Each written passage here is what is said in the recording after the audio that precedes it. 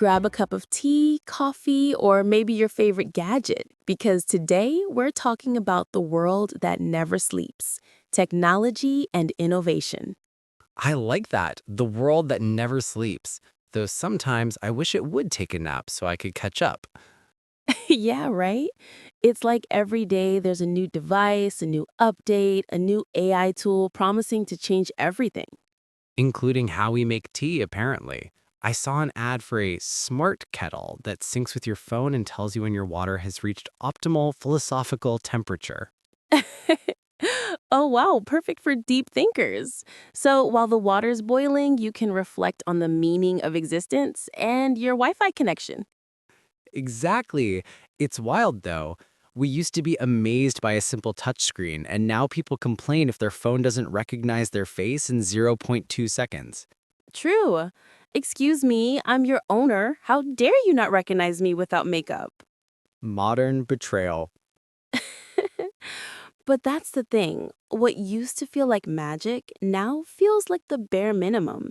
It's like we adjust so quickly that wonder fades faster each year.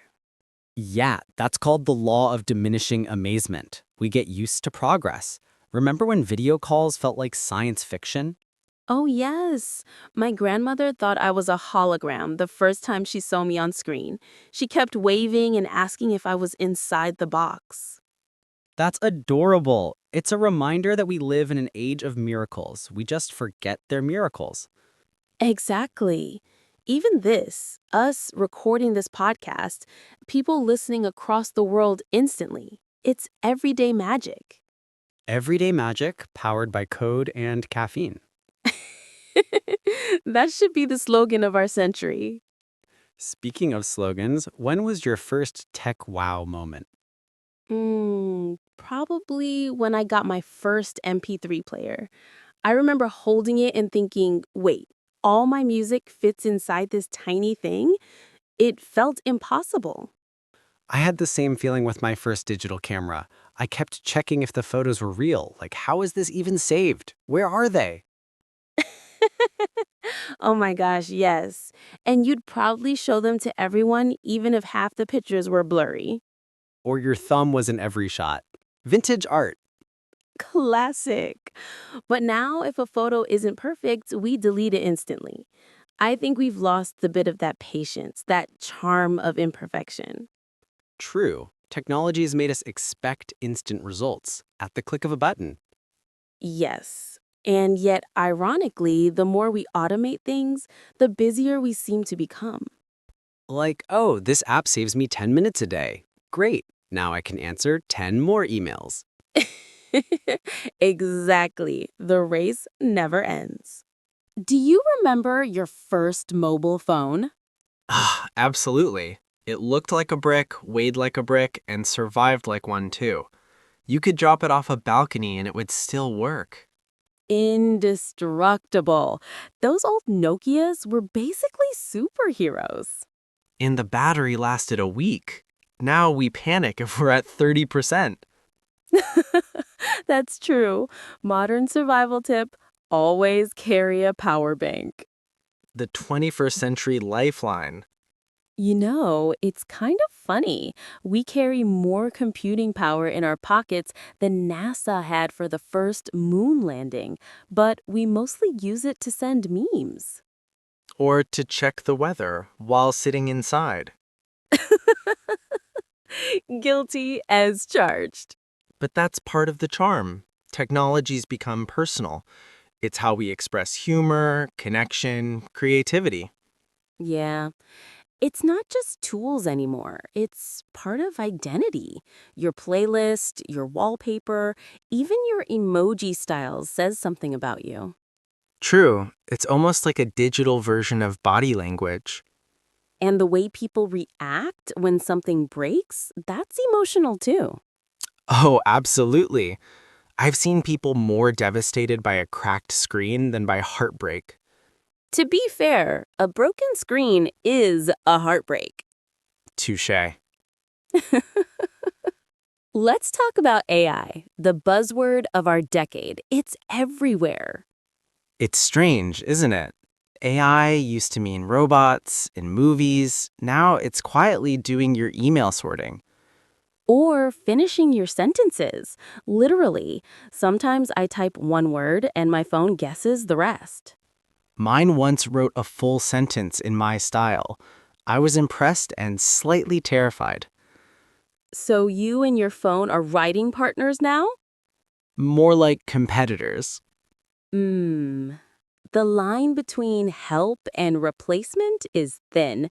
It's amazing how AI can translate on the fly, make music, or even paint. But I wonder, what's left for us? The soul, maybe? The human part? Machines can mimic, but they can't mean. That's beautiful, George. They can mimic, but they can't mean. You can quote me on that, preferably with a cool font. Done. But seriously, I use AI tools all the time, like for organizing my notes, transcribing ideas, even brainstorming. But I try to use them wisely. I agree. They should be assistants, not bosses. It's the tool, not a crutch. Exactly. And I think that's a lesson for every generation. We shouldn't fear new tech, just learn to steer it. Yeah, it's like driving. You respect the power, you learn the rules, and then you enjoy the ride. Unless you're me and forget where you parked. There's probably an app for that, too. Of course there is. There's an app for everything, except maybe for remembering people's names after introductions. That's the next frontier of AI, social memory. You met Sarah at the cafe last week. Pretend you remember her dog's name. I would totally use that. I think everyone would. But beyond all the jokes, technology has actually made the world more connected, like genuinely connected. Absolutely. Think about it. A kid in Kenya can learn from a teacher in Canada in real time. That's opening doors in a way humanity has never done before. I love that. Tech as a bridge, not a wall. And yet it can become a wall too when we forget the humans behind the screens. That's so true. Sometimes we rely on tech so much that we lose a bit of empathy. Maybe the next stage of innovation isn't faster processors. It's designing technology that encourages kindness, Oh, I'd love that. Imagine an app that reminds you to call your friend, not just update your software. or one that says, "You've been scrolling too long. Go outside. There's a sunset happening." The kind of notification we really need. Yeah. So, tell me, are you a gadget person? Like, do you get excited about new releases? Excited is a strong word. Let's say intrigued. I like innovation, but I wait until the hype calms down. So, you're a second wave adopter. Exactly. Let the brave ones test the waters.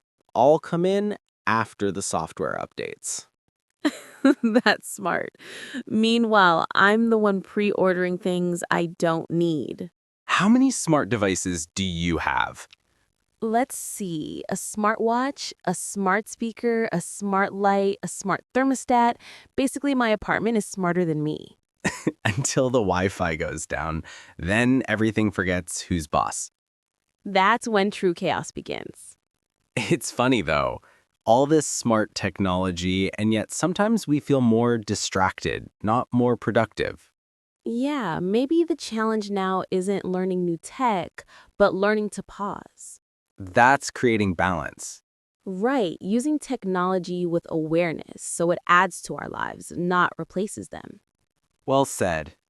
You know, sometimes innovation isn't about a gadget, it's about mindset, like how we adapt, learn, and stay curious.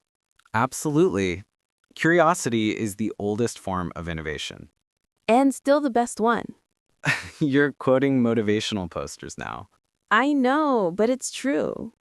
It is, and maybe that's the heart of it. Innovation is just curiosity turned into action. I like that. We should frame that for the studio wall. Next to the plant that misses me, right? Exactly. Sometimes I wonder what future generations will think of our amazing tech. They'll probably laugh. Like, you used to type with your fingers? How ancient. Yeah, they'll be like, wow, you actually touched the screen instead of thinking at it? Exactly. Maybe someday we'll have mind-controlled devices. Imagine accidentally ordering 12 pizzas just because you were hungry.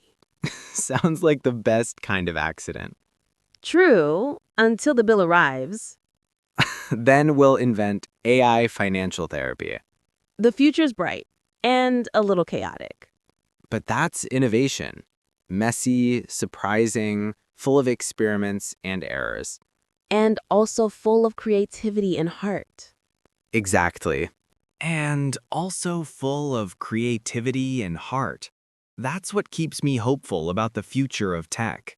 Same here. When I see how people use technology to create art, music, or even to learn languages, I think, wow, we're turning code into connection, That's a nice phrase, turning code into connection. It's the essence of human innovation.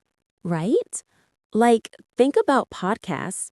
People around the world learning English, improving their listening, or just feeling a little less alone. That's a beautiful way to see it. It's not just entertainment, it's empathy powered by Wi-Fi. Empathy powered by Wi-Fi, that's a t-shirt waiting to happen. You handle design, I'll handle marketing. We'll sell them through a smart fridge. Of course. You open the door to grab milk, and it says, by the way, would you like to buy an empathy t-shirt? That's exactly how the future will feel. A mix of convenience and comedy. As long as it doesn't start giving me emotional advice. Anastasia, maybe don't eat ice cream at midnight again. I can already imagine it. A fridge therapist. Tell me, what's really bothering you? I'd unplug it immediately. Jokes aside, this shows how personal tech has become. Our gadgets are with us everywhere, in pockets, on wrists, in our homes. They almost know us too well. Yes, and sometimes it feels like they know us better than we know ourselves. You know those memories notifications? They pick photos from years ago, and suddenly you're crying over your old cat. Nostalgia as a service. Exactly. But it's touching too. It's like our devices keep a little diary of our lives. That's why digital privacy matters, because these little devices hold our stories. You're right. And I think people are starting to realize that privacy isn't about hiding. It's about choosing what you share. Yes, it's about setting boundaries. You decide how much of yourself to put online. I started turning off location tags on photos, and it felt freeing, like reclaiming a small piece of mystery. That's rare these days. Mystery. Everything is public, measurable, shareable. True, I miss the days when some things were just personal. But even that's evolving. Younger generations treat privacy differently. They trade it for connection or expression. Yeah, it's like a new kind of social currency. Sharing makes you visible, but sometimes it also makes you vulnerable. That's why digital education should include emotional awareness, not just how to click, but how to feel safe while clicking. That's beautifully said, George. Let's talk about AI in daily life. How do you use it personally? Hmm. I use it for language practice, organizing my schedule, editing audio, even recipe ideas. My AI app once suggested adding chili to my hot chocolate. Brave suggestion. Did you try it? I did. It was surprisingly good, sweet, spicy, and totally weird. That's how innovation tastes sometimes. Sweet, spicy, weird.